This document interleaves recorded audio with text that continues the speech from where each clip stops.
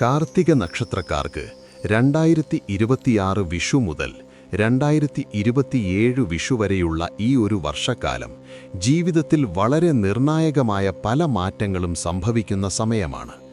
സൂര്യൻ നാഥനായുള്ള കാർത്തിക നക്ഷത്രക്കാരുടെ ഗോചരഫലം ചിന്തിക്കുമ്പോൾ ഏറ്റവും പ്രധാനമായി ശ്രദ്ധിക്കേണ്ട ഒരു കാര്യമുണ്ട്. കാർത്തിക നക്ഷത്രത്തിൻ്റെ ആദ്യത്തെ കാൽഭാഗം ജനിച്ചവർ മേടം രാശിയിലും ബാക്കി മുക്കാൽ ഭാഗം ജനിച്ചവർ ഇടവം രാശിയിലുമാണ് വരുന്നത്. ഈ രണ്ട് രാശിക്കാർക്കും ഗ്രഹങ്ങളുടെ മാറ്റങ്ങൾ തികച്ചും വ്യത്യസ്തമായ ഫലങ്ങളാണ് നൽകുക. മേടക്കൂറുകാർക്ക് ഈ വർഷം 7.5 ശനിയുടെ തുടക്കമാണെങ്കിൽ ഇടവക്കൂറിൽ വരുന്ന കാർത്തിക നക്ഷത്രക്കാർക്ക് ജീവിതത്തിലെ ഏറ്റവും മികച്ച സമയമായ ലാഭശനിയുടെ കാലമാണ്. ഈ വ്യത്യാസങ്ങൾ എന്തെല്ലാമാണെന്നും നിങ്ങളുടെ ജീവിതത്തിൽ വരാൻ പോകുന്ന വലിയ നേട്ടങ്ങൾ എന്തൊക്കെയാണെന്നും നമുക്ക് വളരെ കൃത്യമായി പരിശോധിക്കാം. നമസ്കാരം. ജ്യോതിർമണ്ഡലം യൂട്യൂബ് ചാനലിലേക്ക് എല്ലാ മാന്യ പ്രേക്ഷകർക്കും ഹൃദയം നിറഞ്ഞ സ്വാഗതം.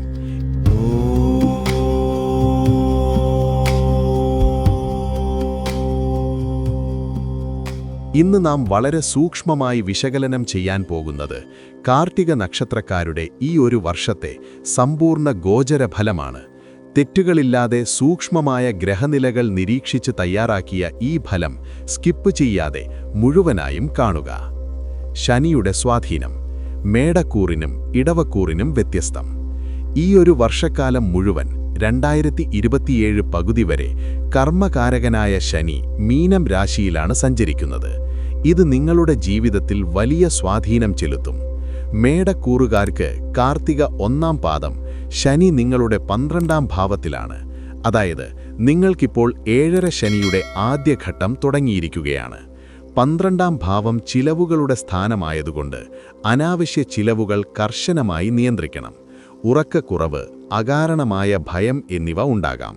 എന്നാൽ വിദേശയാത്രകൾക്കും വിദേശത്ത് ജോലിക്കും ഈ ശനി മാറ്റം വളരെ അനുകൂലമാണ്. ഇടവക്കൂറുകാർക്ക് കാർത്തിക 2, 3, 4 പാദങ്ങൾ ശനി നിങ്ങളുടെ 11-ാം ഭാവത്തിലാണ്. ഇത് ലാഭശനി എന്നാണ് അറിയപ്പെടുന്നത്. നിങ്ങളുടെ ജീവിതത്തിലെ ഏറ്റവും മികച്ച സാമ്പത്തിക നേട്ടങ്ങൾ ഉണ്ടാകുന്ന സമയമാണിത്. പുതിയ ബിസിനസ്സുകൾ തുടങ്ങാനും ഭൂമിയോ വീടോ വാങ്ങാനും നിക്ഷേപങ്ങളിൽ നിന്ന് ഇരട്ടി ലാഭം നേടാനും 11-ലെ ശനി നിങ്ങളെ സഹായിക്കും. തൊഴിൽ രംഗത്ത് വലിയ ഉയർച്ചയുണ്ടാകും. വ്യാഴത്തിൻ്റെ മാറ്റങ്ങൾ 2026 ജൂൺ 2-ന് വ്യാഴം മിഥുനത്തിൽ നിന്നും കർക്കിടകത്തിലേക്ക് ഉച്ചസ്ഥിതിയിൽ പ്രവേശിക്കുന്നു. തുടർന്ന് 2026 ഒക്ടോബർ 31-ന് വ്യാഴം ചിങ്ങം രാശിയിലേക്ക് മാറുന്നു. മേടക്കൂറുകാർക്ക് ജൂണിൽ വ്യാഴം നിങ്ങളുടെ 4-ാം ഭാവത്തിൽ ഉച്ചസ്ഥിതിയിലെത്തുമ്പോൾ പുതിയ വാഹനം, വീട് എന്നിവ സ്വന്തമാക്കാൻ സാധിക്കും. ഒക്ടോബറിൽ വ്യാഴം 5-ാം ഭാവത്തിലേക്ക് മാറുന്നതോടെ പൂർണ്ണമായ ഈശ്വരാനുഗ്രഹവും സാമ്പത്തിക ഭദ്രതയും കൈവരും. ഇടവക്കൂറുകാർക്ക് ജൂണിൽ വ്യാഴം നിങ്ങളുടെ 3-ാം ഭാവത്തിലും ഒക്ടോബറിൽ 4-ാം ഭാവത്തിലുമാണ് സഞ്ചരിക്കുന്നത്. ജോലി സംബന്ധമായി പുതിയ മാറ്റങ്ങൾ ഉണ്ടാകാം.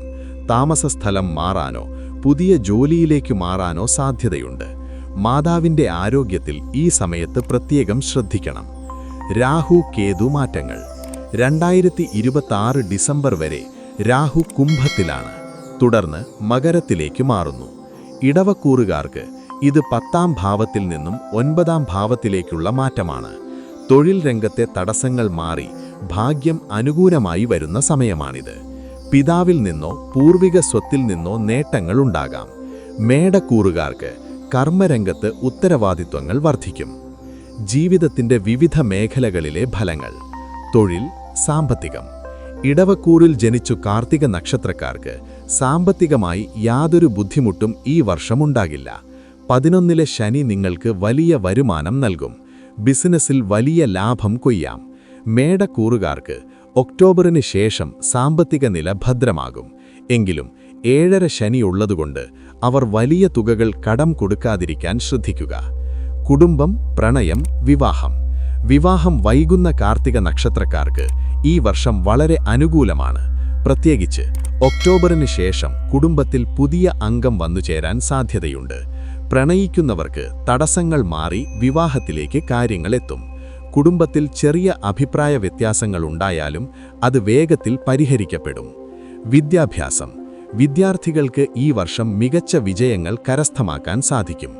ഉപരിപഠനത്തിനായി വിദേശ രാജ്യങ്ങളിൽ പോകാൻ ആഗ്രഹിക്കുന്നവർക്ക് അതിനുള്ള വിസ നടപടികൾ വേഗത്തിൽ പൂർത്തിയാകും.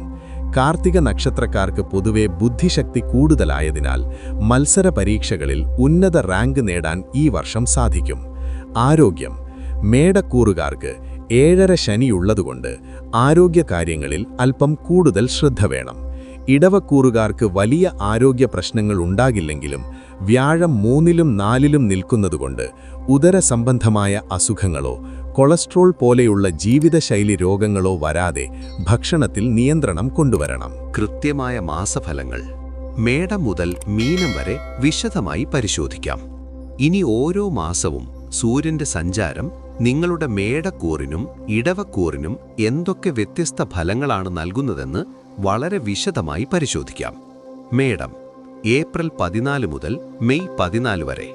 വിഷുവിനോടനുബന്ധിച്ചുള്ള ഈ തുടക്കം പുതിയ പ്രതീക്ഷകളുടേതാണ്. മേടക്കൂറുകാർക്ക് സൂര്യൻ നിങ്ങളുടെ ജന്മരാശിയിൽ ഉച്ചത്തിൽ നിൽക്കുന്ന സമയമാണിത്. സമൂഹത്തിൽ വലിയ വിലയും ബഹുമാനവും ലഭിക്കും.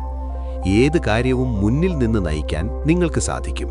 എന്നാൽ അനാവശ്യമായ ദേഷ്യവും അഹങ്കാരവും ഈ മാസം കർശനമായി ഒഴിവാക്കണം. ഇടവക്കൂറുകാർക്ക് സൂര്യൻ നിങ്ങളുടെ 12ാം ഭാവത്തിലാണ്. അനാവശ്യ ചിലവുകൾ വർദ്ധിക്കാൻ സാധ്യതയുണ്ട്. യാത്രകൾ കൂടുതലായി വേണ്ടിവരും. ആരോഗ്യകാര്യങ്ങളിൽ പ്രത്യേകിച്ച് കണ്ണ് സംബന്ധമായ അസുഖങ്ങൾ വരാതെ ശ്രദ്ധിക്കണം. ഇടവം മെയ് 15 മുതൽ ജൂൺ 14 വരെ.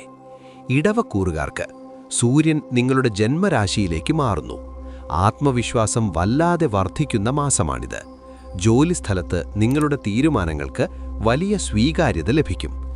മേടക്കൂറുകാർക്ക് സൂര്യൻ ധനസ്ഥാനമായ 2ാം ഭാവത്തിലാണ്. സാമ്പത്തിക കാര്യങ്ങളിൽ കർശന നിയന്ത്രണം വേണം. പണം കടം കൊടുക്കാൻ പാടില്ല. കുടുംബാംഗങ്ങളുമായി സംസാരിക്കുമ്പോൾ വാക്കുകളിൽ സംയമനം പാലിക്കുക. വാഗ്വാദങ്ങൾക്ക് സാധ്യതയുണ്ട്. മിഥുനം ജൂൺ 15 മുതൽ ജൂലൈ 16 വരെ. ഈ മാസം വ്യാഴം കർക്കിടകത്തിൽ ഉച്ചസ്ഥിതിയിലേക്ക് മാറുന്ന വളരെ പ്രധാനപ്പെട്ട സമയമാണ്. മേടക്കൂറുകാർക്ക് 3ാം ഭാവത്തിൽ സൂര്യൻ നിൽക്കുന്നതിനാൽ സഹോദരങ്ങളിൽ നിന്നോ അടുത്ത സുഹൃത്തുക്കളിൽ നിന്നോ വലിയ സാമ്പത്തിക സഹായങ്ങൾ ലഭിക്കും. യാത്രകളിലൂടെ നേട്ടം ലഭിക്കും. പുതിയ പ്രോജക്റ്റുകൾ ഏറ്റെടുക്കാൻ ഏറ്റവും അനുയോജ്യമായ മാസമാണിത്. ഇടവക്കൂറുകാർക്ക് 2ാം ഭാവത്തിലെ സൂര്യൻ ധനവരവ് വർദ്ധിപ്പിക്കും. കുടുംബത്തിൽ സന്തോഷം നിലനിൽക്കും. വ്യാഴമാറ്റം കൂടി വരുന്നതിനാൽ തൊഴിൽ അന്വേഷിക്കുന്നവർക്ക് അനുകൂലമായ ഓഫർ ലെറ്ററുകൾ ലഭിക്കുന്ന സമയമാണിത്. കർക്കിടകം ജൂലൈ 17 മുതൽ ഓഗസ്റ്റ് 16 വരെ. മേടക്കൂറുകാർക്ക് 4ാം ഭാവത്തിൽ സൂര്യനും വ്യാഴവും ഒരുമിക്കുന്നു. സ്വന്തമായി വീട് വയ്ക്കാനുള്ള ലോൺ പാസ്സാകുകയോ പുതിയ വാഹനം വാങ്ങുകയോ ചെയ്യുന്ന മാസമാണിത്. അമ്മയുടെ ആരോഗ്യത്തിൽ നല്ല ശ്രദ്ധ നൽകണം. ഇടവക്കൂറുകാർക്ക് 3ാം ഭാവത്തിലെ സൂര്യൻ നിങ്ങളുടെ ധൈര്യവും കാര്യശേഷിയും വർദ്ധിപ്പിക്കും.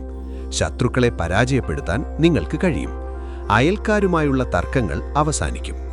ചിങ്ങം ഓഗസ്റ്റ് 17 മുതൽ സെപ്റ്റംബർ 16 വരെ. സൂര്യൻ സ്വക്ഷേത്രത്തിൽ വളരെ ബലവാനായി നിൽക്കുന്ന മാസമാണിത്. മേടക്കൂറുകാർക്ക് 5ാം ഭാവത്തിൽ സൂര്യൻ നിൽക്കുന്നതിനാൽ മക്കളുടെ വിദ്യാഭ്യാസത്തിലോ ജോലിയിലോ ഉള്ള നേട്ടങ്ങളിൽ അഭിമാനിക്കാൻ സാധിക്കും.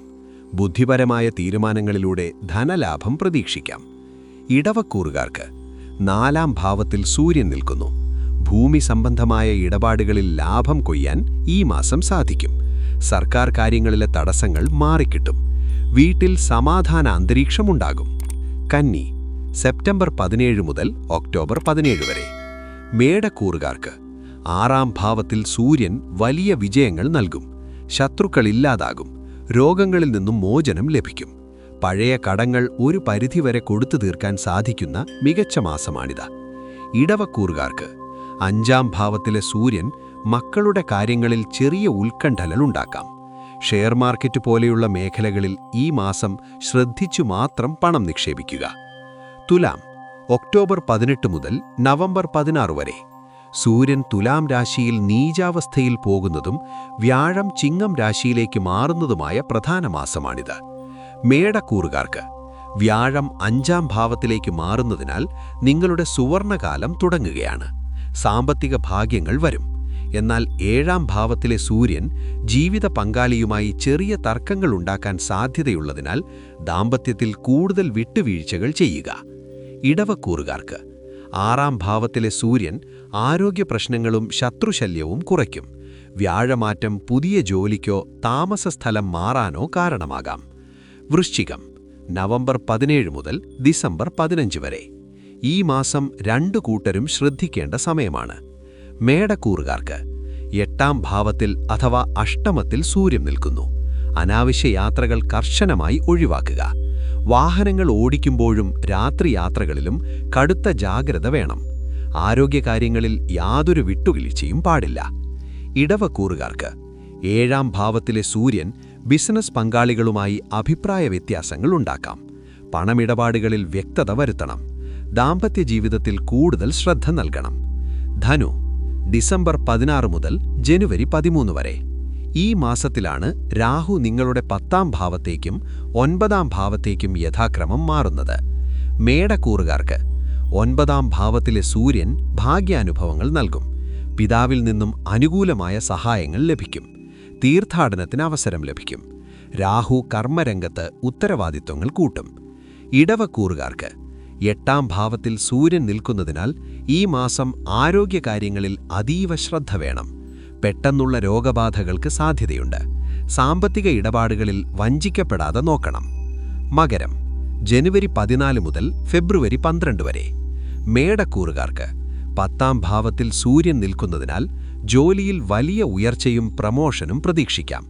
സർക്കാർ ജോലിക്ക് ശ്രമിക്കുന്നവർക്കും പ്രൈവറ്റ് മേഖലയിലുള്ളവർക്കും മേലധികാരികളിൽ നിന്ന് വലിയ പ്രശംസ ലഭിക്കുന്ന മാസമാണിത്.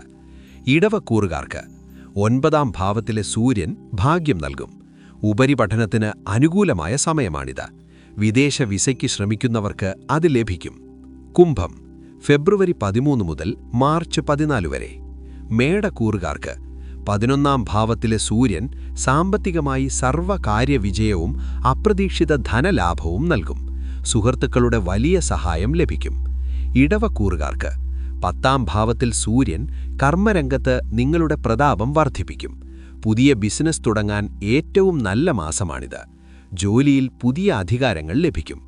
മീനം മാർച്ച് 15 മുതൽ ഏപ്രിൽ 13 വരെ. ഈ വിഷുവർഷത്തിൻ്റെ അവസാന മാസമാണിത്. മേടക്കൂറുകാർക്ക് 12ാം ഭാവത്തിൽ സൂര്യനും ശനിയും ഒന്നിക്കുന്നു. 7.5 ശനിയുടെ കാഠിന്യം അല്പം കൂടുന്ന മാസമാണിത്. അനാവശ്യ ചിലവുകൾ കുതിച്ചുയരും. ഹോസ്പിറ്റൽ ആവശ്യങ്ങൾക്കായി പണം ചിലവഴിക്കേണ്ടി വരാതിരിക്കാൻ ഈ സമയം പ്രത്യേകം ശ്രദ്ധിക്കണം. ഇടവക്കൂറുകാർക്ക് 11ാം ഭാവത്തിൽ സൂര്യനും ശനിയും ചേരുന്ന ഈ മാസം നിങ്ങൾക്ക് വലിയ ധനലാഭവും ആഗ്രഹസാഫല്യവും നൽകും. നിങ്ങൾ ഏറെ കാലമായി പ്ലാൻ ചെയ്ത പല കാര്യങ്ങളും ഈ മാസത്തോടെ യാഥാർത്ഥ്യമാകും. പരിഹാരങ്ങൾ.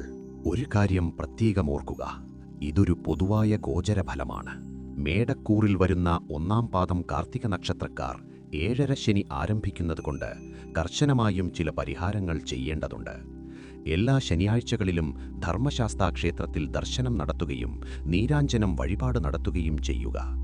കൂടാതെ എല്ലാ കാർത്തിക നക്ഷത്രക്കാരും ചെയ്യേണ്ട പ്രധാന വഴിപാടുകൾ ഇവയാണ്. കാർത്തിക നക്ഷത്രത്തിന്റെ നാഥൻ സൂര്യനായതുകൊണ്ട് ഞായറാഴ്ചകളിൽ സൂര്യഭഗവാനെ പ്രാർത്ഥിക്കുന്നതും നിത്യവും ആദിത്യഹൃദയം ജപിക്കുന്നതും തൊഴിൽ തടസ്സങ്ങൾ മാറാൻ സഹായിക്കും.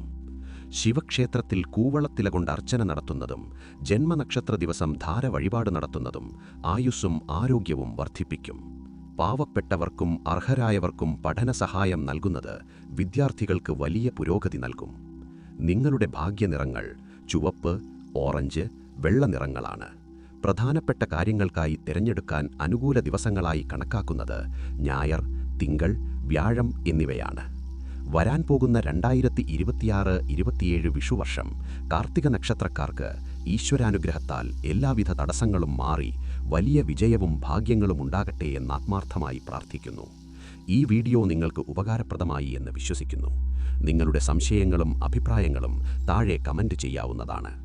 ജ്യോതിർമണ്ഡലം എന്ന ഈ ചാനൽ എല്ലാവരും സബ്സ്ക്രൈബ് ചെയ്യുക. ഈ അറിവ് മറ്റുള്ളവരിലേക്കും ഷെയർ ചെയ്യുക. എല്ലാവർക്കും നല്ലൊരു വർഷം ആശംസിക്കുന്നു. നന്ദി, നമസ്കാരം.